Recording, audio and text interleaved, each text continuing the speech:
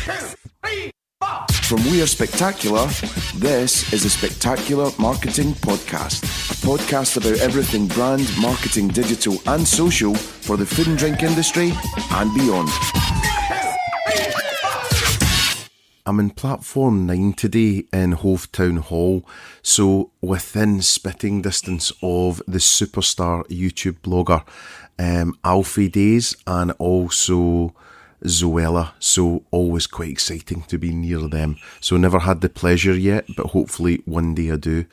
As you can hear, it's the end of the working day, so there's lots of clearing up going on and dishwashers being loaded and things like that, so we're keeping it very real today. And I actually bump into someone a lot here, and his name is Michael Tingsager, and some of you might know him as the Hospitality Maverick, and he's the founder of Hospitality Mavericks and helps lots of hospitality businesses become more maverick in their approach and also be braver in terms of what they do. And he helps give them a bit of a reality check in terms of setting standards for them and helping them really be in the energy business. So helping them give energy to their leaders and the staff to help them have happy customers, which will help their growth. Another thing that Michael really talks about as well is patience. You know, Rome wasn't built in a day, so have some patience to build the organisation that's success for you, not success for someone else or what you think might be successful, actually real success for you. So I'll let Michael tell you more about it. It really was an insightful session. It goes on quite long, this podcast, so strap in, get your headphones on or lie down for a bit, take it all in, but hopefully you'll find this really, really useful. So it gives me great, amazing pleasure to have Michael Tingsager in the room, which is very exciting. And Michael is the founder of Hospitality Mavericks. Hello. Thank you very much for inviting me, Mark. I'm very happy to be here as well. Sorry, very exciting. So Michael very kindly has had me on his podcast, the Hospitality Mavericks podcast, which is quite incredible and doing very well, I believe. Yeah, it's doing really well. We are still in the early stages. We are not as grounded as you are with your podcast yet, but we are still learning. And you have to crawl before you can walk. So, yeah. It's going good. It's going good. Yeah. And also you're getting some real big names in it as well. I mean, I think you're getting some excellent guests in terms of the operators and the calibre of operators, and then I suppose you've got me. But apart from that, you know, you've got some real big names in there that people will be really interested to hear from, which I think is really exciting. Yeah, we've been quite. I'm always very humble. I think we've been quite lucky we were actually surprised about how easy it was to get in conversation with these people, because we all know the industry, sometimes you want to keep some secrets, but they've been quite key for them to actually get on. And there's actually people queuing up now to tell about their stories within leadership and operation. And we had guys like Ali from Ola & Steen, which is a Danish bakery chain that's scaling rapidly in London right now. We had people from Australia, from the US, even from Costa Rica. There's coming a guy called Noam, very passionate guy that's built a fine dining restaurant in the middle of the jungle, and people say he was insane, and he's probably one of the most profitable restaurants I've heard of per dish. And we have many others interesting coming. Andreas Carlson from Sticks and Sushi, love that man. A well-known name out there, coming here in August. I think it's the 2nd of August. So going really well. He's actually been using a quote from your podcast in Propel newsletter today. Has there? Yeah, that's great. So he just need to get some license on that. Yeah. He was talking about rollouts and stuff, but I won't spoil the surprise. Yeah. But so me and you go back a long couple of months. Yeah, I think we are the 6 months anniversary. Yeah, I think congratulations. We should go on a date or something. Buy some flowers or something, dress up. But we went out with Chris. Yeah, went out with Chris Small Batch Chris. Yeah. So really good to go out with him and meet you. There was a couple of beers. There was definitely a couple of beers involved. It's kind of Christmas time, right? Or something like that. It was in January. Was it? Just Dry January. Dry January went down at that night. And I was only meant to go up for one. I can remember I told that to my wife, and she said when I came home, "You didn't only go for one." No. It was two. It went a long evening. But yeah, it was nice. And also Chris, just as one of life's good guys, a good guy to be around as well. And he's now got his Feed Your Wagon business he's doing now, I think. Yeah, he's doing well. Really exciting. Yeah, it's his birthday today, actually. Is it? Happy birthday, Chris. Yeah, congratulations, Chris. Yes, there we go. 20. Are we meant to sing on your podcast? Or no, should we? No, probably not. Probably. Licensing. Yeah. You know what I mean? So yeah. In fact, I don't think anyone owns the rights for Happy Birthday anymore, do they? No. But anyway, I don't think we want to. Let's not do that. So we did that. We met up, and then we kept in touch. And then fortuitously, we both work from the amazing Platform 9, where we are right now. It probably sounds a bit echoey on the podcast, so it maybe sounds like we're in some kind of tunnel, but we're in a room called The Snug.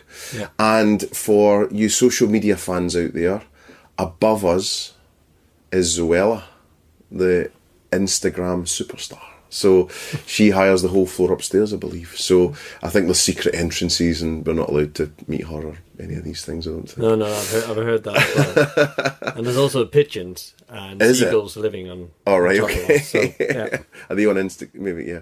So basically, we met here, which was a nice surprise, and then we said we'd do podcasts and stuff like that. But we've also been working on a project together as well. Yeah, which has been good, and I guess we need to catch up on that too at some point, see how it's all going. But you're kind of at the opposite end of the spectrum from me. So if I'm kind of pictures and crayons and silly ideas and all these things, then you're the real stuff. So you're proper business and people and operations and things that really matter, not posters and stupid email titles and websites and things. So I always fascinated with that world and how you ignite people, how you put systems in place and how you make businesses run, which is really fascinating. But before we jump into all that stuff, I was going to rewind it a bit because, again, like most of the guests we've had, you don't just wake up one day and go, I'm a hospitality maverick, hooray. You know, you've just read a book the night before and then that's it. So it's been many years in the making. So what happened? What are all the steps that it took to kind of get you into this position then, to be able to call yourself a hospitality maverick? Yeah, that's probably quite big statement in a way when I'm thinking about it now. Not very usual me, but probably bashful now. You've got to, lean into it. You got me there. Lean into it. I have to lean into it. So actually, it's my mom and dad's honor that I'm in hospitality. Born and raised in a family of hospitality. My mom. When it wasn't cool. When it wasn't cool, right. Definitely. We're talking about the 70s. We're born into, owned some restaurants at that point, and that restaurant group, I would call it, grew. It was not like a branded restaurant chain. It wasn't around that time. So it was a pub, it was a cafeteria, unsexy sandwich shop, Danish open sandwich bread, and I grew up in Denmark, in the rural Denmark, and got into hospitality by working for my mom and dad in the summer breaks, and just seeing how they went and saw their success and failures as well. It wasn't always easy to be part of a hospitality family, even though we had good food. And what age? Since I was born. They run a pub when I was born. But starting working there? Oh, I think we're back maybe 7-8 years old, helping out in their summer businesses and stuff like that. And then I reached about 15 and my mom said, Michael, the worst place to work is for your mom and dad and family business. And I've been out doing different things, running with newspapers and stuff like that from early age 12, I think. So I've always been working. And one of my dad's and mom's things was that it's very important to go out and have a job because that's where you learn. And my mom and dad was not academic people. They came from the working class and built their own businesses. School of life, yes. So they found out that McDonald's was open in the local area, and they knew the franchisee Paul was opening there, and they said he's a good man. You should go and work for him, and McDonald's you'll learn a lot from. And I've only been to McDonald's once. It was Paris, so it was quite an exciting thing in Denmark. McDonald's came and they were scaling this business up, and so I went. got a job and started cleaning the loos, literally, and opening the lobby in the morning as 15 years old, and spent 11 plus years with McDonald's, both in Denmark and the UK, from working in the restaurants into the... Not cleaning the loos. Not cleaning for the loos 11 all years. the way. You got really good at it. Like, really good. I found a system. You just paying other people to do it. Yeah, like your own franchise of loo cleaners. So worked in McDonald's for 11 years. Went from different roles in restaurants into head office, both in Denmark and the UK, and worked primarily in people and operation, as you mentioned, and training. And in between there, I also had a long period with a Danish coffee chain where we took it from 4 units to 27 units together with the founders.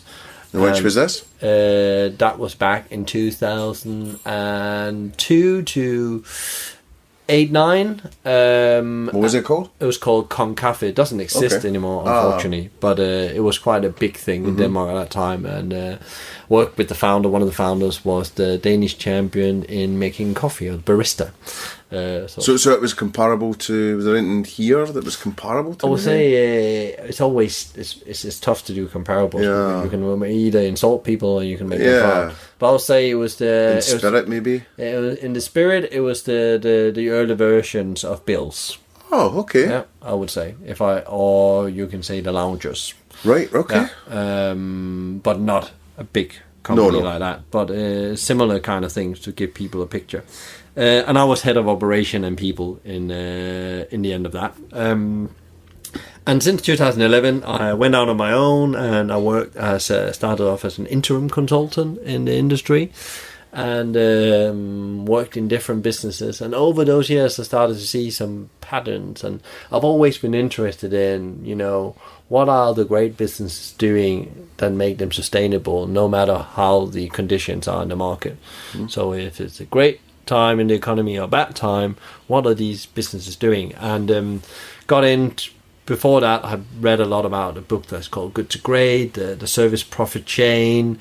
There's also a very great book around that, and some of these theories I put into practice. So I knew some of the things, I believed in myself, but I started seeing there was a real pattern between when you start the right place with leadership, and you build the right systems for people, and design the right organization around that, you're going to have a happy staff, and the happy staff is going to make happy customers, and that's going to generate some loyalty within your business, and sales will grow and profit will come in a way. And that actually led the journey to Hospitality Mavericks in a way, because when you've been out on your own and been a consultant on your own, and you tried that as Mark as well, you hit a glass ceiling in a way, both being inspired, but also that you need to work together with other people. And that was actually led to Hospitality Mavericks, is that I want to work with like-minded people.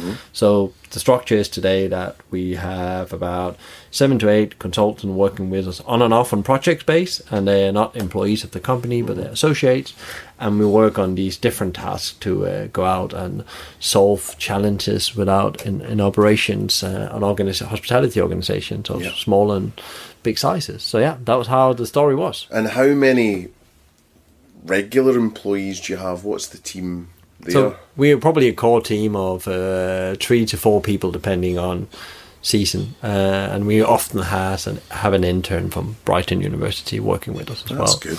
So we're trying to get some of the young people interested in hospitality industry again. We're kind of coming back to what the vision of Hospitality Mavericks is, to inspire leaders and entrepreneurs in the industry in general, people in the hospitality industry, to create hearts and profitable businesses. Comes back to the story I just told you about before: happy employees create happy customers, great profitability. Is actually taking care of the grassroots and making sure the young people that goes into the industry has better tools and frameworks than I had myself. Yeah. Because I was probably just thrown out into it, like many others has been. Yeah. And one of the things I've been very focused on when I've been a manager or leader of an organization is that how can I create frameworks to create this, great employee and customer experience. Yeah. And then sort of once, how long has it been going now? So we have been, you can say that we've probably been going now for about We are 2 months from 12 for the first year's birthday party, you can say. So we launched in October last year. Is that all it was? Yeah. I thought it was more than that. Blimey. So we could we have operated as, individual consultants, but as a more powerful team. I would say we all came together last summer, and brilliant. So we all brought clients in and working and things. But yeah. And then on the clients, then can you see who you're sort of working with at the moment? Yeah, we have our primarily clients we work with are often either in a growth stage where they're going from a couple of units up to 20.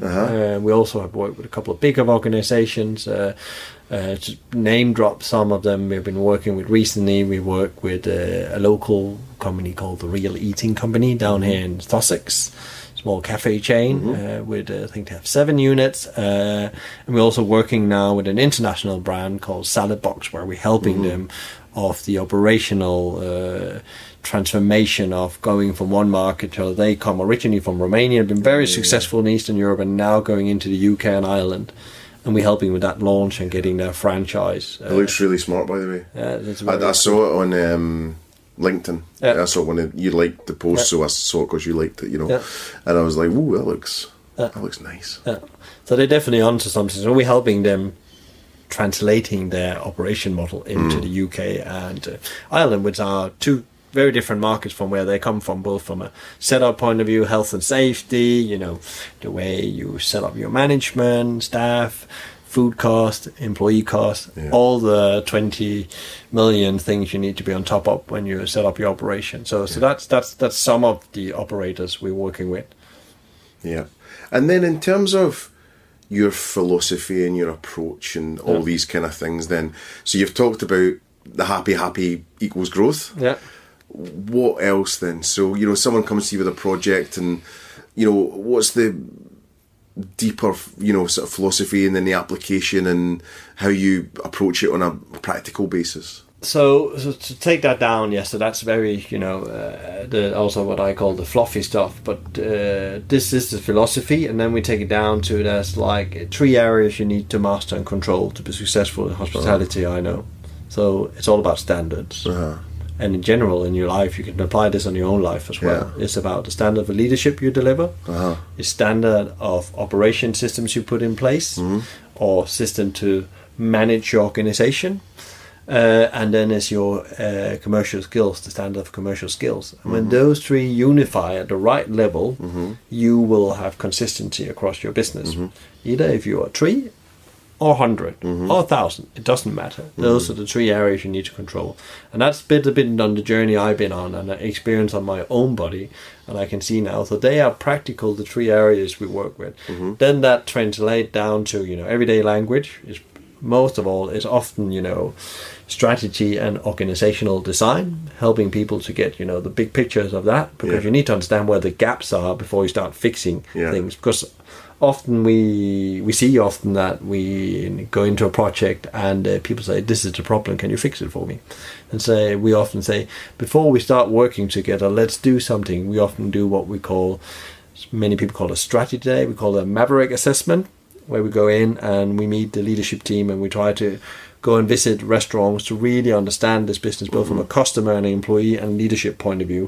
And we have a process we take them through to understand these gaps. When we understand that, we can much better pitch in the right solution, because sometimes maybe what they thought they need to fix is not what they need to fix, because they may be running around, in this organization every day, and they have a belief that this is the problem, and often they are probably 50% right about it, but it's about getting it 100% right, and it's not about not about shooting cannonball. It's about using a rifle and solve the problem, because we don't have time in hospitality to make the wrong decision. So that's also taking the gut out. So what we do here is that we call it face the facts. At the end of that session, and we try to find out what are really the problems. And of course, sometimes, we need to adapt under that journey.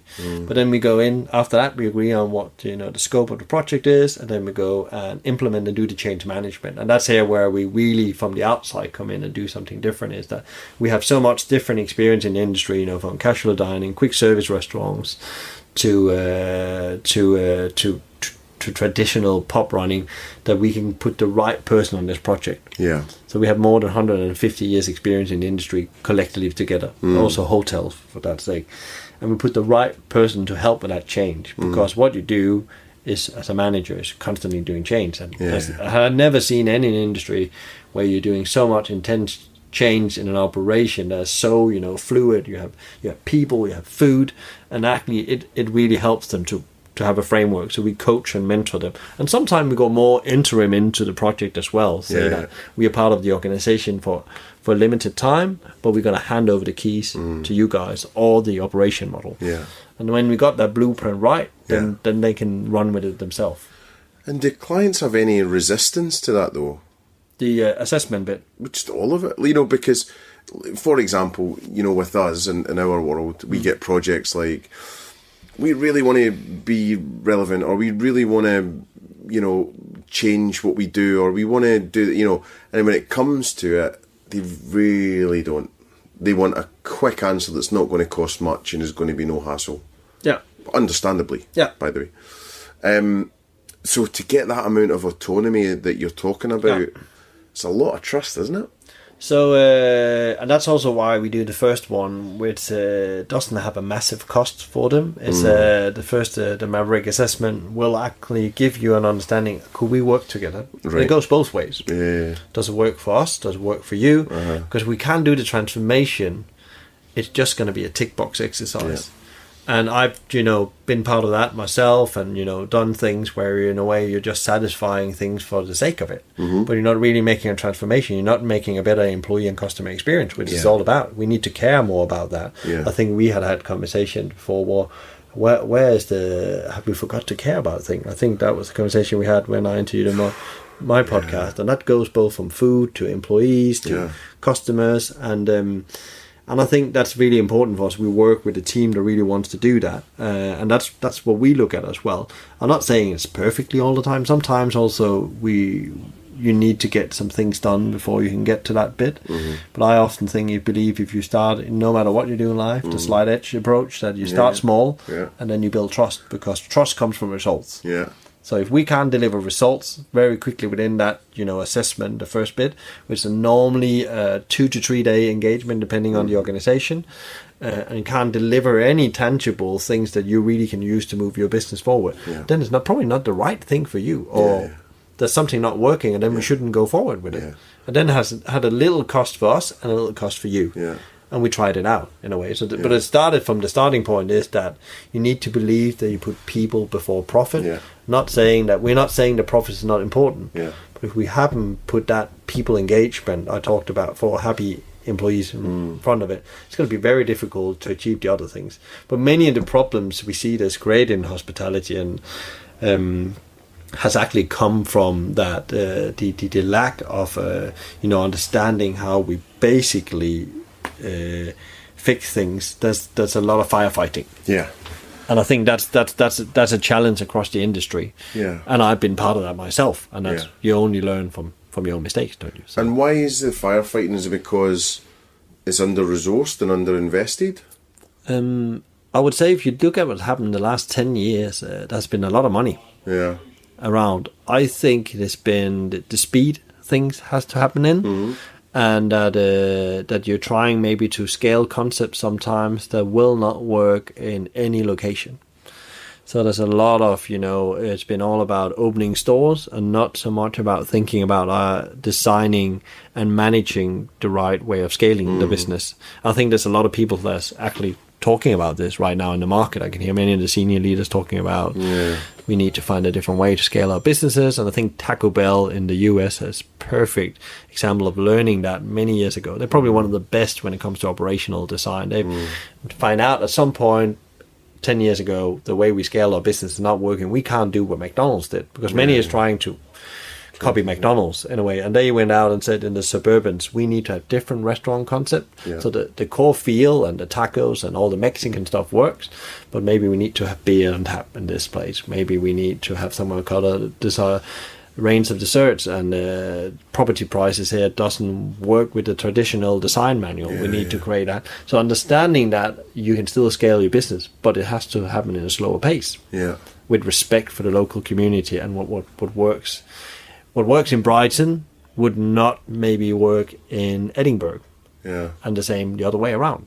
Well, I think it's so interesting because, when I listened back to our podcast, and I was like, well, I had a bit of a rant there, so I felt really bad. But I had a bit of a rant because money had to come in to fuel growth, and that's good.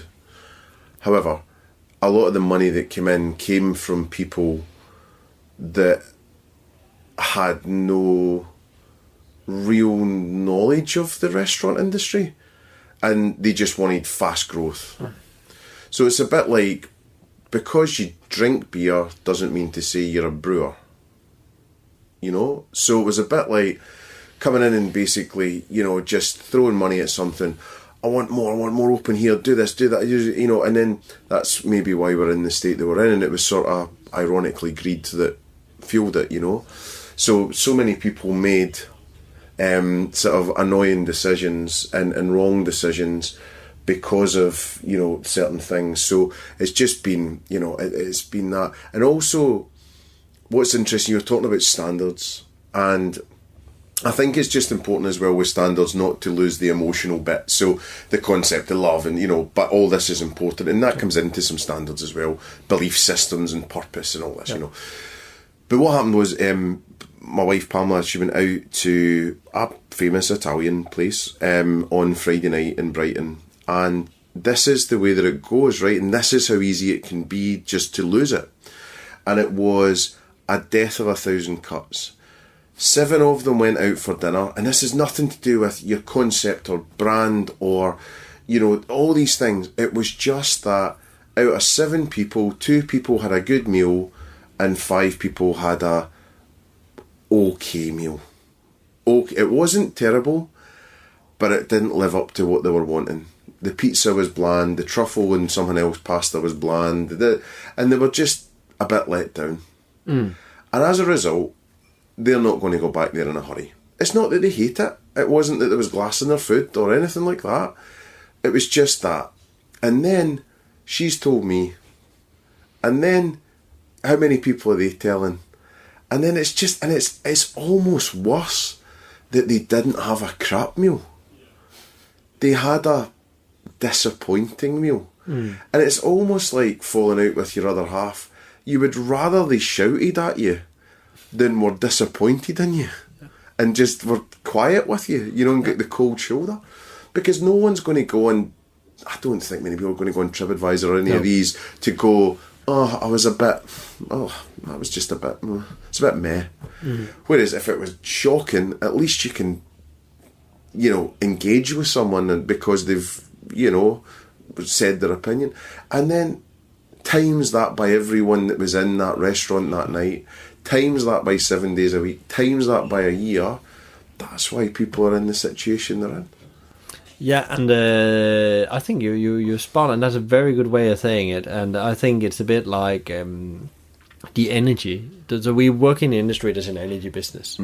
If you don't respect that's a good way to put it. I like respect that from the outset. You're creating energy on the employee side and the customer. I'm just stealing that right now. Hang on, I'm just writing that down. Yeah. We're going to talk about the price afterwards. Well, ironically, I was writing TM, but I suppose it's MT, isn't it? Yeah, I mean. So I said we're the energy business, and we're selling energy to us employees and customers. And coming back to what you said, of course, it's purpose and all that is important. So high standard of leadership. You know your purpose. You know where you're going, etc., etc. And then you also know that energy is a very big part of leadership. Because if you don't show up with the right energy, how do you think that's going to reflect? And that's probably what they experienced the way. At some point, there's something missing there. Yeah. And it always come back, if people like it or not, I say, always come back to you, the leader. I've been there myself many times where I have good people left the organization because I was focused on problems in the organization. I wasn't giving them the energy I needed to give them. So it always come back to you. People don't leave the business, either customers or employees, because of the brand or the concept, as you just said, but they often leave because the way you manage it. And that comes back to the leader, not to sell out on the great restaurant managers and hardworking people. They just drown in the things they need to do, because again, the framework, as we talked about a bit earlier, they don't have a strong framework. So when you're scaling up your business, I talked about getting happy employees. It's not about, table tennis in the break room and Nintendo and free drinks and meals and parties. That's of course part of it, but it's actually coming to work and having things that works, make works. So your job as the operator is more important than anything else, to create, of course, pay people on time and all that. We can't disagree on that, and pay them the right amount. Don't take their hard-earned, service charge, or and make it work, make it easy to do an order, make it easy to do things in the kitchen, make it easy to go and see your pay slip. Use technology to do some heavy lifting on that in the way we live in today. So it's about making the concept work before you start scaling it. Because how many have my smaller operators or have I met that have done one concept really well, and now they want to say, Michael, we want to scale this. And then I said to them, so what is it that made this a success? And they can't answer it because they haven't stopped up really to understand why they were a success. But this is going really well, so I could open this up in London. I said, well, this is Brighton. London in general is a totally different market than even big operators that comes in with a lot of cash struggles in London. And vice versa. And vice versa as well, because Brighton's a People's Republic. It's completely different. So again, it's about having that respect as well. And coming back to the conversation you said before, people coming into the industry with maybe wrong intention or thought it was easy just to put it in the copy machine and copy this blueprint and scale. It also comes from, would you let anyone fly a plane if they didn't have more than, I can't remember how many hours of training. A pilot have 10 to 1,000 hours of training. Let fly a plane. No. But you actually sometimes put people in charge of hospitality business and make them scale that has no experience or very little experience and maybe hasn't been in touch with, the frontline staff for years. So I think it's very important that you remember that as well, that if you do that, put a pilot with no experience behind the steering wheel, what's going to happen? And of course, that's an example of what we've seen, not for everyone, but it's definitely an example of that, seeing it both in small and large businesses. And I think also we need to go away from that hospitality or restaurant, I'm just going to go and do that. Because it's never been like that. You're not just going to go and do that. It's such a complex business, and I call it the 26 balls you need to juggle every day and prioritize, that you're not just opening a business and becoming successful in a couple of years and scale. There's very few that do that, and the statistics don't lie in a way. So And what about the market then? What do you think's happening out there right now? It's what we call here, hospitality Mavericks, we call it the perfect storm. We have rising costs. There's been a lot about that. There's been, cost on staff, rents, we have food costs, and other costs in general, going up, service charges, and rates from the council, and all doesn't these sound very perfect. It's not a perfect from it sounds like a shitstorm, but perfect storm in compared to you can say, well, you have the workforce challenge, you have Brexit, and you can't be in, it's a bit like everything happening in one go, and it's a bit like systematic for this industry. I think it's every 10 years it's a bit like we are hit by something where and the funny thing is that it's a very innovative industry, so we'll find a way to survive. I did a podcast interview with Ivan Brewer in Australia. I don't know, but I have a feel that Australia's a bit in front of the curve and has been through some of the challenges we see here in the UK right now or in Europe. And he said it's a bit like we need to get in the problems before we really start doing anything in the industry. And I think he's talking a lot about building frameworks and avoiding getting to these situations. So I think we're in for... I don't know, I think on a global level, we're actually on a transformation. We are at a tipping point on how we have done hospitality in many years. I think we run our hospitality business like we run hotels and pubs many years ago. And I think we are now at a breaking point. And what that means, I don't have the full scope of it, but I have some ideas. But I think the industry are in for, unfortunately, some very tough years, both for staff, for owners, for investors, and the landscape will change dramatically. over the next couple of years, and you can already see like Prezzo gone, cut 100 units, Caluccio's I think 30 units, Cow last week, and it's very sad. I don't think there's anything exciting about that. I think it's very sad, and I don't think anyone have created this situation of evil. It's just like everybody saw the opportunity, but maybe we just moved too fast. Yeah. And didn't see what was coming around the corner. Yeah. It was interesting, it came up in LinkedIn quite a bit last week, was the sub-brand debate. Yeah. And that was, I'm not vying for it or against it or anything like that, but it was just interesting. Where people's attentions are deflected to something else. I'm just trying to... it's almost like with movies. Yeah. What's a better sequel than the original, right? Yeah. And many. When should you stop doing number 3?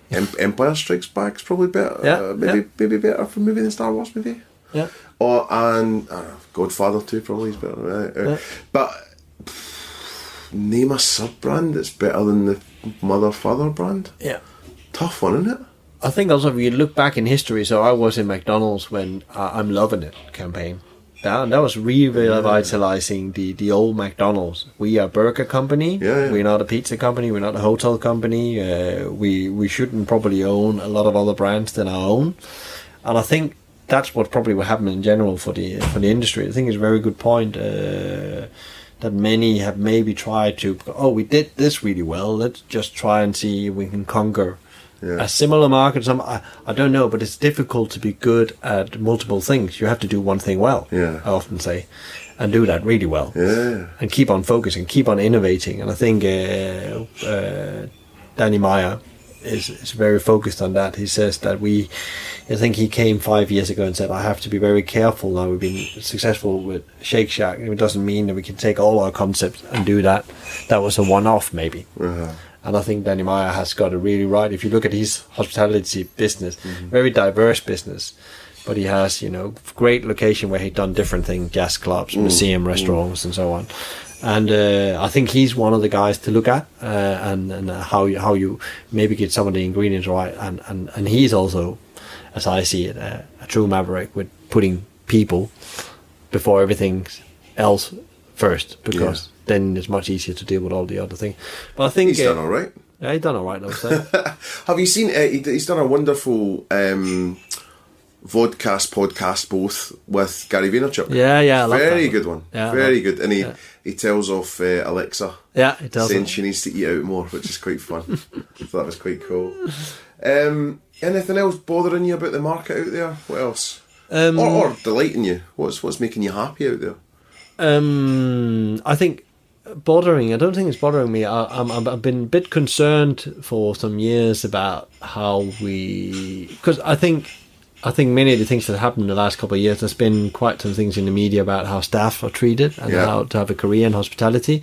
I think it's very sad that once an industry, which I'm very proud of being part of, have lost a bit about that magic. Yeah. There's no one that thinks it's sexy to go into hospitality anymore. And that's one of the things we're working quite with grassroots movements as well. How can we actually make this attractive again? Because the reason why people don't think they're attractive because they don't get the skills. So if you're lucky to have the right boss in hospitality, you will get the right life skills, both for management and team things. So I'm a bit concerned. I wouldn't say I'm angry in it. I'm a bit concerned about the direction we're taking the last couple of years. And I think it comes from a lack of profitability, because that's also what's happening right now. We designed businesses that couldn't make profit. Yeah. So getting the business model is very essential. So not only the employee and customer profits, but the business model. Those three things together makes a really united business. And I think I'm very concerned about that. These, the lack of profitability may be starting, not because people are evil, but that's the only way they can turn to, is to start cutting on that. Either if it's a salary or the benefits or redistribution, pension schemes or things like that. And we all know when you're pushed in the corner, people can do awful things and good things.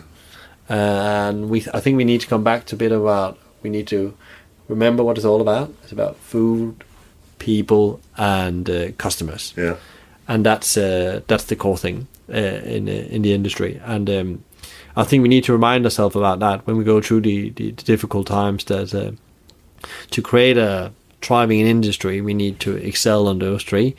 And I'm not saying that's an easy journey. I'm not saying it's easy to put people before profit. If it was, everybody would just do it. But there's companies out there that done it with success. Union Square Hospitality, Danny Meyer, Chipotle, I think they done incredibly well. I know they're hit by a food safety issue. Still hanging, though, isn't it? Still hanging. I think it's a bit unfair. It is unfair, but it's just... Because feels like it's just still hanging there. I want it to not. Yeah, so they're a great brand that's done that. What else do we have out there? We have a business that's not in hospitality but mere service. Southwest Airlines. Year on year out performing in the airplane industry. So there's service business out there doing it, and I think there's also like the Leons, the Alchemists are really trying to go that route as well. And I think that there's great things happening out there. Coming to what makes me really happy is that I can see that there's coming up a new way of looking at hospitality and leadership. So I definitely think there's a new breed coming on its way. And I think exciting to hear. I meet, young entrepreneurs that maybe have 1 or 2 units, and they talk with me about how they can scale their businesses, and they have a very different approach to this, and I'm very averse to scale. It's about impact. And I think that's very interesting, because I'm a very big believer in that restaurants have a massive role to play when it comes to, the way we're going to be eating food, the way we're going to treat our planet, because people eat 3 times a day. So you can, it's like a restaurant is a megaphone for change in a way. So if you get that right, and there's some very interesting things happening in the market, and I think there's some get really right around the people strategy. Honest Burger, it's another example. Brighton guys, done really well. Where's the Brighton Honest Burger? Yeah, they haven't opened it yet. I know. Yeah, we need to have a chat. Come with them on, man. Yeah. I really Paddy and Bun is here now, so they need to come. Yeah, I love Honest Burger, though. Yeah. I like Paddy and Bun, but I really love Honest Burger. Yeah, that's good. I think they've done such a good job. Yeah, and that's an example of what I talked about before, the standard of leadership, your standard operation system, a standard of commercial skills. And I think it'll be very interesting to see them now with new investment, how they're going to move forward on that as well. I think, and also technology is becoming a very big part of the industry. I've always been a big fan of technology. I think in the early 2000s I started adopting online scheduling into my operations, and at that time people said it was insane spending, I think, what they call equivalent to £20 a month per unit to have an online scheduling system. But for me, I saved the first year 7% because I had the overview on my labor. It was obvious to do that. But I still think there's some adapting need to go into the industry and how we stack technology in the right way, and then we have some very interesting projects going on with client right now, helping them to get that right. So I think technology is very exciting out there, but again, for me, it's not a revolution, it's an evolution that's happened with the industry. I just think we are now at a turning point where we need to do something to either make money or save money, and therefore technology has been on one of the top list and topics to talk about. This is interesting when you say make money or save money, not cut money, not cut costs, like at the expense of a customer. Yeah. So this is, I think it's such a subtle, fine line, and so many go straight to, could we engineer the menu? Could we portion size? Could we buy less good ingredients? Could we... And, could we ship in this? Could we? And you're just like, standards. Going back to that, you're just like, come on, guys, Just as a quick aside, though, this has been the noisiest podcast for a while. So basically, we booked the room and they know it's a podcast. Someone's just emptied an entire dishwasher And so the reason I'm talking about that is I've just been at Caluccio's with Roger from Box Park, right? And we had a meeting which was about 2 hours 45. It was a long meeting, right? He's a talker, I'm a talker. It was a long thing. We were both fighting to speak. So anyway, the Caluccio staff decided to... They might as well have been a Greek restaurant, the amount of, just like plates, wine clinking, this, that. And you think, guys, you can see that people are trying to chat. And it was just like... smash, crang, bash, wallop, and you're just like, cut. So we had to actually say it. We're like, guys, come on, we're trying to have a. And you're just thinking, and it's just those types of things that you're thinking. And I was in home base, I know it's not hospitality, but I think it's just endemic of staff that are not being trained standards. Yeah. Which is, I was looking for a latch for a cupboard, right? And the wee guy stood in front of me to actually fill up the shelf in my way when I was trying to take off the shelf what he. But as long as he's doing his job, then everything's okay, isn't it? Yeah, he's checked the boxes. So why is home base in the news all the time? Yeah. Because of that customer experience. Yeah. And it's those things, it's those small, big things that no brand consultant, brand study, marketing campaign, TV ad, none of that's going to cover that. Standards. Simple, what do the customers need? They don't need some oaf standing in their way, filling up a shelf. No. You know what I mean? You're just like, come on. So apologies for noise during the podcast, but it's real, it's a bit authentic, it's Brighton. Yeah, it's You'll Brighton. get some seagulls, you'll get some, It's not even stuff Friday. going. It's not because Friday, it's Monday. It's Monday. It's not even because there's a free bar out there. No free bar yet. Yeah. Well, I see the fridge. We can see the Bison beer fridge. We can maybe crack into that at some point. Yeah. Let's see. Anyway, that was a quick commercial break. But no, just as the banging was going on. So the other thing I was thinking about was, I always try and like to give back a bit of value in terms of advice and, suck the guest's brain slightly. So common mistakes, maybe some of that I've just said, but common mistakes, for large, small, start-up organisations. What's going on there? So every business goes through different life cycles. So you just said, large business. I think it starts with, I think you mentioned a bit earlier, what is your value? What is your vision? Where you want to take your business? Be very clear about that all the way and revisit that all the time. Many businesses, and this is a consultancy phrase, you need to take your values out of your desk drawer and, make them active in your business. So when we work with clients, for example, one of the biggest mistakes is that they had some values at some point, on how they want to run their business and how they want to set standards for, how they hire staff and so on and so on. But these values is never implementing into when they start scaling into the recruitment system, the way they do management trainings. So if you're saying that it's important that people is service-minded, but it's not implemented the way you think service-minded into your specific recruitment tool, you're just taking a copied something from somebody else. Because also what I've seen much of when it comes to operation system is that there's copy page, and I know 80% of the structure and framework is the same, but it's that invisible magic ingredient, your values, your belief about how hospitality should be, and the businesses get that right.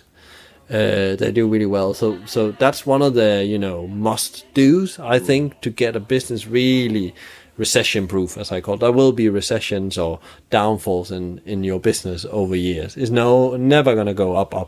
It's a bit like the economy in itself. So you need to recession proof your business, and you do that by starting point, making sure that. So that's the top level of it. And then have patience. It's people, food you're working with, and you need to be patient about that, because that's a living beast, and they're not always going to do like the spreadsheet wants to. No. So you are constantly working. It's kind of volatile, right? Quite volatile, and they have emotions, and they have lives as well outside, and things happens. Yeah. And you need to be very patient in hospitality. And I've seen people have been great patient. I've been very lucky to work under some managers in my time. I think I've been very lucky to my time, and that has learned me a lot. And what I've actually, when I reflect back and think about them, there's a red line between why they were so successful. They were patient with people and patient with the process. They believed in the journey, and they had trust in the journey, and they have faith they will get there. If they just got people with them on the journey and didn't try to push them to things. So patience is another thing. Also, I see that from, both from small, and this goes through all businesses. Young entrepreneurs that's very ambitious. I had a meeting last week with somebody, and they have one shop right now, and they want to have 105 years. I said, so what kind of capital? Yeah. I said, have you looked out the window? What's happening right now? Do you actually have the raining. capital to do that? And is that actually a measure of success? Yeah. It might be 10. 10 maybe it's enough to make you financial free. What is it that you want? What kind of life do you want as well? Because having 100 units is not a holiday. No. Another common mistake, or one thing you need to be aware of often, is that you need to do one thing well. Yeah. And that comes, you need to be true to your concept and your business model, and you need to live that out, and don't try to go down 10 different avenues. I've done a mistake myself where we went down, suddenly we had 2 sub-brands, and I can tell you we got it reined back, but it was not a fun journey. It was a very expensive journey, because the most expensive was not just time and money spent, and we need to close some stores. It was the people we lost, and we couldn't get them back. We lost the trust to them.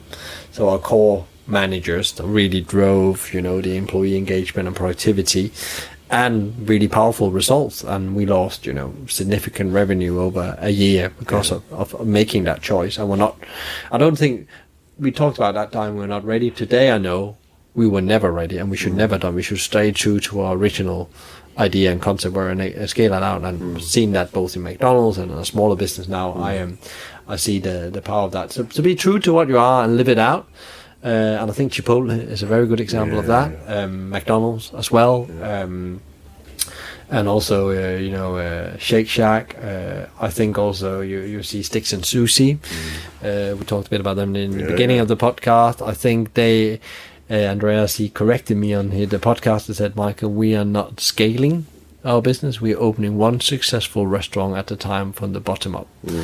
And that's the same approach I think every operator should take, that they need to look at each operation they want to open and say, does this concept actually work in this town, and how will we actually design the whole delivery of that? And probably 70 to 80% of your original concept will work, but what do you need to tweak? But if you have to tweak too much, then it will not work. I think Andreas Carlsen said, if your basic product doesn't work, you shouldn't move into a new market. If they don't want sushi, don't move into that market. It's not relevant to go there as well. So I think that's the, and then I think the last thing is that don't believe in fast moving money in hospitality, the hard earned money. And I think there's to be really good at this trade, there needs to be more respect for the process. I think people have seen that now, and the last thing is that again, reflect when it goes well. Also reflect on why it went well, instead of we can do 10 of these, right? Because the easy bit is to copy, health and safety, operation system, scheduling, but the difficult thing is to scale the people and the energy we talked about before. So again, what was it that you got right? What energy? Because suddenly as a founder, you cannot be in 2 places. Maybe you're lucky you're 2 founders and can be each in a place. But then suddenly number 3, you start to get in challenges. I'm working with a client right now where they got number 3, and that's now it's gone a bit heads up, and there's a bit of challenges now with people, because suddenly they are not present in the same way they were before. They're not available, and people want the founders to be available, or the boss to be available for that sake. So again, how do you put a founder in a copy machine? Difficult. Really difficult. And then just thinking about like leaders and entrepreneurs in hospitality. What are you sort of thinking there? What are the characteristics for leadership and entrepreneurship in hospitality? I don't think it's any more different in so many other industries. I think leadership, the best leaders are themselves, and don't try to be a copy of somebody else. And I think what we have tried to do in hospitality, and I've seen it in business, I've been more myself, we've been trying to copying. There needs to be some frameworks and some rules we play with. There has to be a rule book. Like, we can't play basketball without a rule book, I normally say, or any kind of sports. But people need to be more themselves, because you buy into the authenticity of a leader. Again, you don't leave the business, you leave your leader. And I think too many organizations, we've been trying to make these mini-me's. I think we have to be careful of that. But I think the industry is a fascinating industry when you look at the variety of founders, and you probably met them as well, where they're so different. They come from so different. Some of them has been in finance, technology. Some of them has been a chef. You have people from all around the world going into the industry, and that's the beauty of it. You can meet people, and you can learn so much. And sometimes you get like very surprised, hairdressers that's gone into restaurateurs, or growers that suddenly became, cafe owners. I think one of my bosses in Denmark, he was, I think he did a bit of plumbing work before he went in. Suddenly he was tired of that, and then he wanted to be the best in Denmark to make coffee, and he was just making coffee, and then he found out he was really good at that, and he opened a coffee thing. But he'd be poorer, right? Because all plumbers are minted, aren't they? Yeah. But I think it's a tough trade today as well. I don't know enough about it. So I think from leaders, and there's enough great people there, but we need to make sure that energy from them is like translated into their businesses. I think, how do you copy that? And that's what we work with all day. So that's organizational design. And I think if people want to read a book about where we are in this transformation, especially leaders, entrepreneurs out there, there's 3 books I always advise people to read. It's Reinvent Organizations, it's Good to Great, and it's The Service Profit Chain. Okay. Do you know the authors of these? Yes. So Good to Great is Jim Collins, and The Service Profit Chain is Jamie L. Hesketh. And if I don't remember wrong, Reinventing Organizations is a French guy that worked at McKinsey called Laurent Napier. But we probably have to put that in the link of the podcast. To be sure. We'll put them all in. Yeah. Heads up, Gabby. Yeah. She can do that. Yeah. So, and these 3 books is in a way framing a lot of my thinking about, and I go back to those books and use them again and again, because also they have already created a blueprint of how sustainable businesses that put people first survive year on year, and make better profit. So in a way, I would advise any entrepreneur and hospitality leader to go and read that. And then, make yourself the hero. Don't believe that what somebody else does is the right thing to do. You need to find your own secret ingredients. And I think you said leadership and entrepreneurs. I think they have a very big role in this transformation. I can understand the challenges they go through, because when the penny starts to be very shortage of pennies, it must be a very difficult. I know, I've been there myself. I know it's a very difficult place. So we need to understand that instead of pointing fingers, we need to find ways we can support and help them through this. There's definitely people out there that's looking for solutions, and I think we, as an industry, needs to as we always. I think it was a great industry because we share a lot. So how can we share even more about how we successful did things in our organizations to turn around things? Because it's about an industry getting on the other side of this turbulent times. Yeah. And then the last few things in, because I'm just looking at time. Yeah. And man, it's hot in here. Yeah, it's boiling. Yeah. It's hotter than the usual studio we're in, and it's an absolute sweatbox. So tech, a lot of people talk about tech being the saviour of, what's going to be coming next and stuff like that. But tech and innovation, what are you seeing out there? What's in the not too distant future? And then what do you think might happen? If you were a betting man, what would you be putting money on? So I'm very clear on this, and been that for years, that tech is not the solution to any problem. It can help you facilitate the change you need, because all challenges in life, or standards, coming back to that, comes from the mindset and the energy you put towards it. Mm-hmm. So if we don't have the right mindset and energy, and we think that investing in tech will, in a way, solve our sales problem or our cost problems, it will not, because that comes from a very different point of view. But I think that tech is a wonderful time we live in. We never had, the small operator, the big operator. It's never been cheaper to optimize your organization. Mm-hmm. And I think tech is part of the solution. Great tools to optimize your productivity in your organization. You have tools like Trail app, who's a operation checklist. Yeah, you were talking to me about that before. Yeah. Great tool. You have a Seek that can improve internal communication, and productivity, and also, store operation managers. So your operation managers go digital, so go away from all those legacy documents that's floating around in restaurants. And you have Quinix, scheduling systems that's doing really well. And and there are many others as well, because what had happened is that we now have a million solutions, and it's a bit like looking in a black box with a flashlight sometimes. But I think if you want to go out and look at tech, you need to look at things that, again, either makes you money or saves you money. And that's your first thing. Can this actually help my business in these ways? And makes you money can be productivity, it could also be sales, and so on and so on.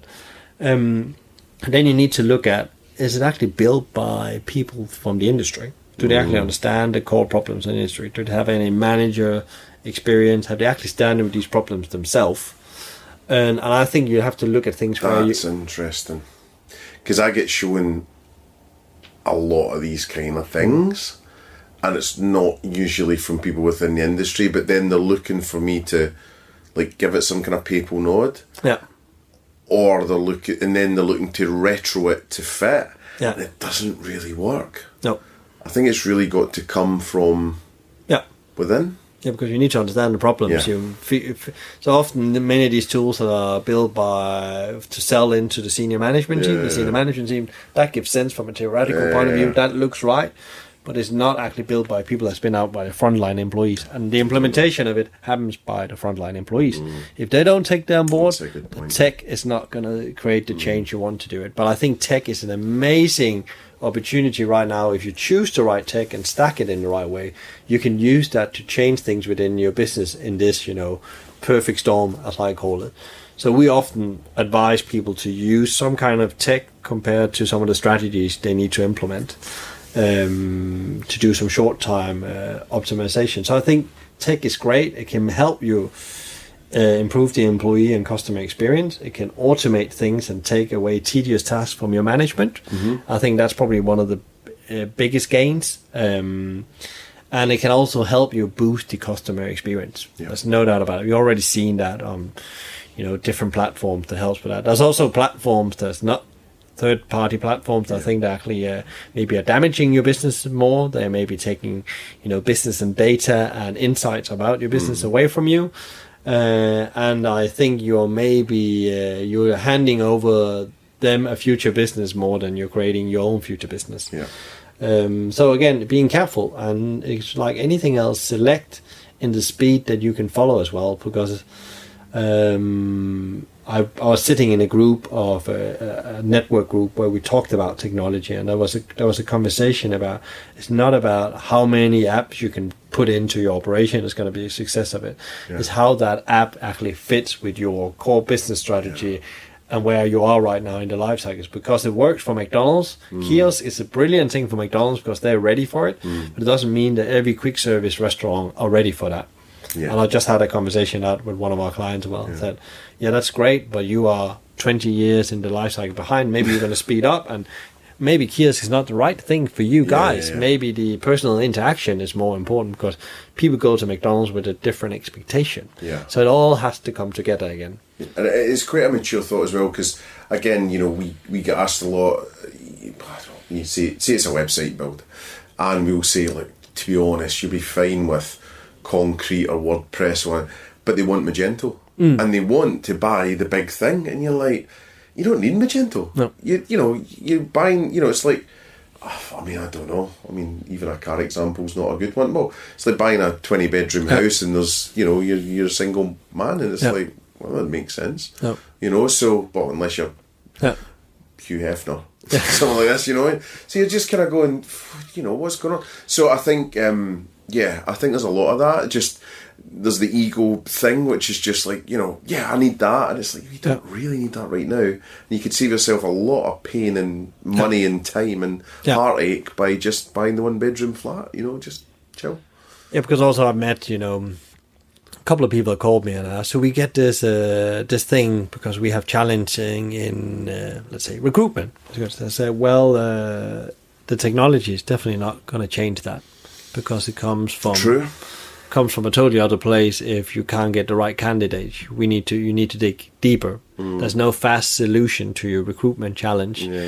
but it can be fast if you really look at what the root cause to the problem is. So we have, I think also coming back to, we talked about leaders and entrepreneurs before, maybe there's something to add there as well. Don't react on surface problems. Try really to understand what the problem is before you put a solution in place. Yeah. I've seen so many that just want, to let's do this, let's do this, let's do this. Follow your core vision and values all the way through and do things. And I think, again, like Honest Burger, again, like it's just done to the dot. Yeah. Everything in that concept.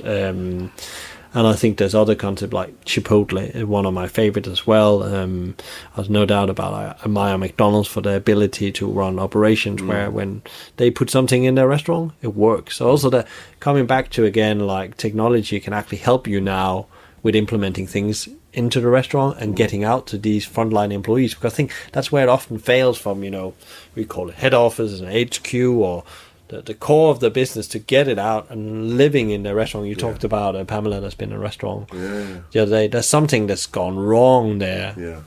There's something that's broken there, and it could be some system. It could be something like now they don't have the capacity in that restaurant with not enough ovens to do something, and therefore people get irritated and wait. It could be different things. So the detail of these things. I don't even think it was that. I think it was just like the fundamental dish wasn't right. And then sure, there's some things out there that you can rate mid-meal. I just think that's technology potentially getting in the way of the experience. And actually, would the people really say and this and that? But verbally, a well-trained member of staff going, how was that? And then if you got a look, and actually, James Haken the other week on the podcast talked about this, and it was the art of conversation. Yeah. And it was being able to just spot when someone isn't delighted, and just being able to anticipate that and go human to human, right? What's up? Yeah. Oh, you're not delighted. Let's fix that. And you can fix it in an instant. And you know that. Every employee knows that. But again, they need to have the permission to go and solve these problems. But not even just fix it. It's not... And actually, the least thing for me was about that meal there and then. That's kind of easily fixable. Bigger thing is pushing that back to the big head office to go, guys and girls, I think we've got an issue here with our whatever it was, pizza. Yeah. They're saying that's bland. And then there will be maybe a red line across, or the red dotted line saying this is happening multiple places. Maybe it is a problem. Maybe the truffles that they bought aren't good. Maybe to keep it in that price point, they bought crap truffles. Maybe the people that were buying it didn't really know what to expect from truffle. I don't know. Never seen a truffle. Maybe, but they thought it sounded good. I mean, I'm not a truffle aficionado at all. No. But I'd probably like to think I'd know, but I probably don't. Do you know what I mean? So I think there's a whole bunch of stuff going on, but that's how you die. Yeah. Long, slow over time. Yeah. You don't get shot in the head. No. Long, slow over time, and it's worrying. I think it's all those. And every single meal could be another cut. Yeah, and I think it's every interaction you have like a human touch point, I call it. And it's if your staff or your customers, you have an opportunity to excel and show your standards. Coming back to standards, always come back to standards. And many forget that. And they maybe forget that that's the most important of hospitality. It's the human touch points you're having with these people, and I think that I'm still admired how they did it. Like, you work for Brett, and we haven't talked about Brett, but that's I was really one of my hoping babies. I'd get through a podcast without talking about Brett. I thought that. So damn it. So I still like that's my exit plan when I'm out and about, and I need a meal. I want to be feeling quite safe about it all, and they really train their staff in understanding how to engage with it. If you stand and observe next time anyone that listens to the podcast going to a prep, so first of all, the customer journey, how quickly you can make decision, getting the right thing for you, and then how they actually approach each customer and how well trained the staff is. Of course they get it wrong, everybody gets it wrong, but consistently across so many units. It doesn't get stuff wrong. Everybody. Don't be crazy. So No, it's a bit of a masterclass, really. It's like, I would say, from that's somewhere you can say that they really got it right. Well, an example would be, and I think I tweeted about it the other day. I went into one the other day, and long story short, dropped my wee one dropped my Pret recycle cup, the bamboo one, and it cracked straight away. And I was like, she's small, right? So she, it didn't really drop from that high height, cracked straight down the middle. I was like, so I was just going to throw it and get another one, and I thought, well, that defeats the purpose slightly. So I went and I thought, well, I'll take it back. It's obvious where it's from, and I'll see what they do. I'll try. And I thought, it's not very good. I've used it once and it's cracked, and she dropped it, but I could have dropped it. Yeah. So anyway, went in, and it was like 6 o'clock in the morning or something at Brighton Station. And I said, you got recycled cups? And he said, yeah. Well, that's nicer than that, Didn't just say you got recycled. And went and got it. And I says, look, just say to you, this is cracked. Anyway, couldn't have been nicer. Just like, mortified. Lady was she was like, oh my goodness, I can't believe that's happened. Oh dear. Didn't even really ask me how it happened anyway. And she just was like, and it was just the answer's yes, what's the question, which is always the best way. And she was like, oh, let me take that away, as if it was, some sort of, a front kind of thing. Yeah. Oh my goodness, let me take this away. Give me the new cup, free, no paperwork, no hassle, no this, no that, no, no manager involved. No problem. I think she quickly said to someone, I'm just doing this, okay, just a quick, didn't even really notice. And then, have anything you like on us to say I'm sorry. Yeah.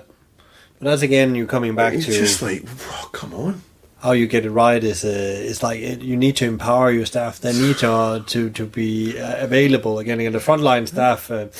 So what I find out doing a lot of research on, because in hospitality we have we implement a lot of stuff, but not a lot of it works. So 75% or 80% of what we do from a head office of when definitely we run chains doesn't really get under the skin. So again, there's definitely some work to be done, and that's where technology becomes very useful. You get feedback straight away. Yeah. So from building your podcast, you can see the insights, and you probably react to that insight. Does it work? Doesn't it work? Do I need to be on Spotify? Do I need to be on SoundCloud? What? All of it, yeah. And the same goes for hospitality business. Get these brutal facts and react on them. Yeah. Instead of saying also, I've been in sometimes a situation where I've been either working with people or been a client of ours where they said that it's also because they don't want to get it out in the restaurant, or maybe you haven't done it well enough to them to actually accept it. They are also your customers. Yeah. They're your customer, your staff. You need to create this customer employee experience so they can create the customer experience. Yeah. So coming back to again Pret, we try to avoid them, but Pret do amazingly well when they roll something out.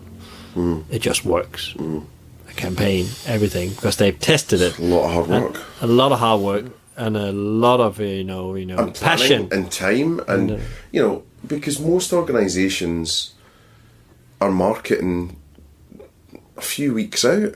Yeah.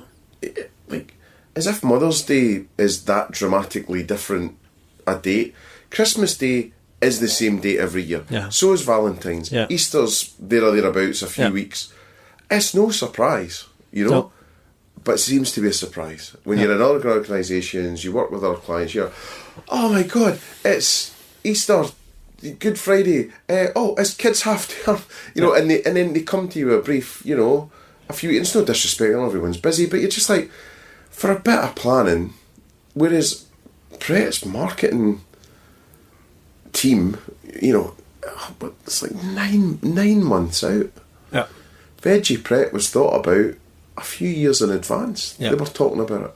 Yeah, and then they worked on the model, and I think that's come back again when you talk about leaders and entrepreneurs earlier. Again, like one of the things that really needs to be taken into account, and where I think sometimes we as an industry maybe overlook things, problems occurs because we were just unlucky. They often occurs because we didn't plan It doesn't mean your plan always goes as planned. No. But if you plan and organize better, you will get definitely better outcomes. And one of the things we often see when we go in and do, leadership development and OD things is that we actually go back to work often in the pre-training to, launch a change initiative is on planning and organization skill. The commercial skill around that sometimes is not respected. I've seen restaurant that works for 1 week scheduling.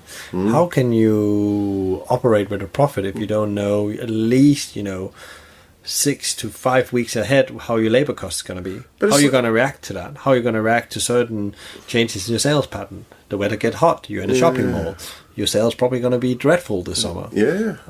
How would you react to that plan if you hadn't planned it? It's just time makes for better decisions. Yeah. So if you're writing a song or you're writing a script for a movie, or if you give it a day or you give it 6 months, you might luck out and write a hit in a day. Yeah. You might. I doubt it. Yeah. Unless you're Noel Gallagher or something like this, right? But if you think about something, put some thoughts down, ask some people, come away, do someone else, go back to it, experience life with that thought in your head a bit more, ask more people, do it, build on an idea, change it, maybe blow it all up, come up with a better idea. Surely that's a better, that's a better way to do marketing, isn't it?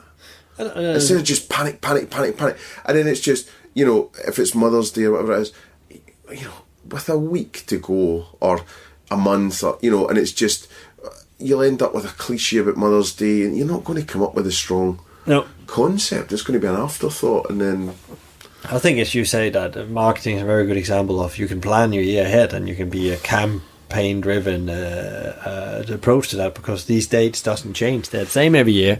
Holiday comes every year, and your Christmas comes. But I also think that comes from operation as well, where you just suddenly have a problem and then you load in 10 initiatives.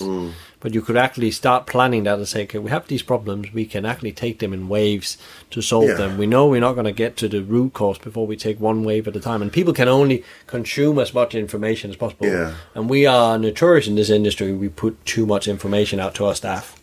And they still have to open and close the store. But actually, ask yourself in terms of, why am I doing all these things right now in the next 3 months? Maybe even sacrifice most of it for you to play catch up, for you then to get ahead. That's what seemed to work for us. So last couple of things, I'm just conscious of time, was so you've started the podcast, Hospitality Mavericks podcast. You're on episode 6 or something. I think we're number 8 actually. Is it? Whoa, great, good for you. So monthly, twice weekly? We're bi-weekly now. We started out monthly, that correctly, and then we found out this is quite good fun, and also what we do, we learn. So this is so the reason why we started is that in a way, big passion for hospitality. Again, coming back to what I said in the beginning, understand what really drives these great organizations, and so we select what we call a maverick, as a person that has the heart in the right place and believe in people before profit. But profit is a very important bit of it. All the people we involve, they have a very hard focus on profit in their business, or else they wouldn't be here on decade and decade. So it's about understanding that journey more and being humble to that we don't understand everything as a call it a consultancy business. And I hate that word. I would rather say we are advisors or mentors. And it's about, in a way, to connect with the industry without being that third party that often stands and see the holes in the cheese, but actually understand the pains they go through better. So we actually also can actually create a community, because what the big vision of Hospitality Mavericks is that we actually want to create a community where we share and learn from each other, for the best mavericks and all the people who want to learn to become a maverick, because we all have our people we look up to and our idols. How can we learn from them, and how can we gather together in a community over time and actually share that experience, so we can just create a more sustainable industry, so we can avoid the perfect storm and avoid the negative press about being employed in the hospitality industry. In my heart, I want people to succeed in this industry, because I think that that's such an importance for the economy, that hospitality works. It can't be neglected anymore. If hospitality is in trouble, probably the economy is going to have a hit, because we are probably fueling a lot of the consumer spending, like retail is probably disappearing a bit out of the picture, or changing dramatically.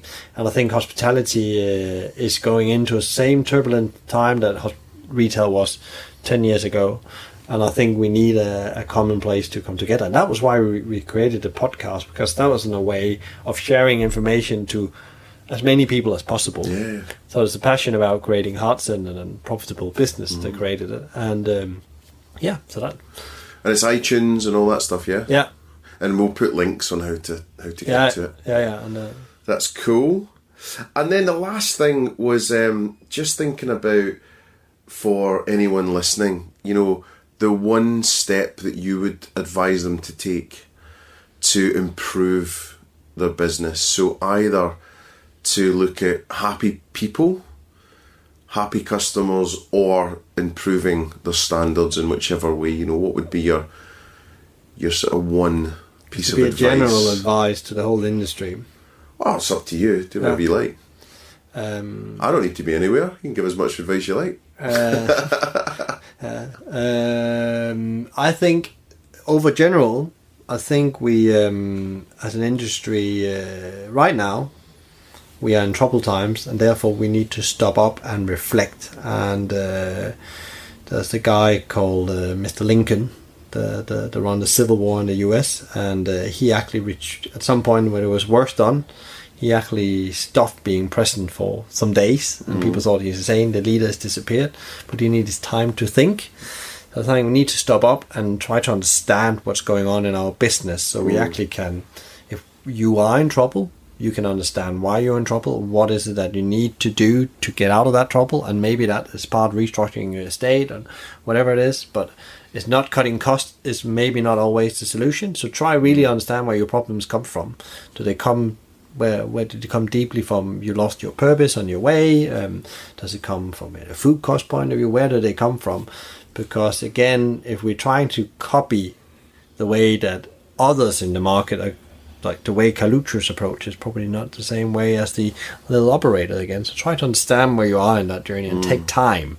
Take time out to understand that. I'm not saying go and, go on a retreat and disappear from the service, but actually schedule time to understand that with your team or yourself, depending on that. And then I would say that try to think back why you went into hospitality as well.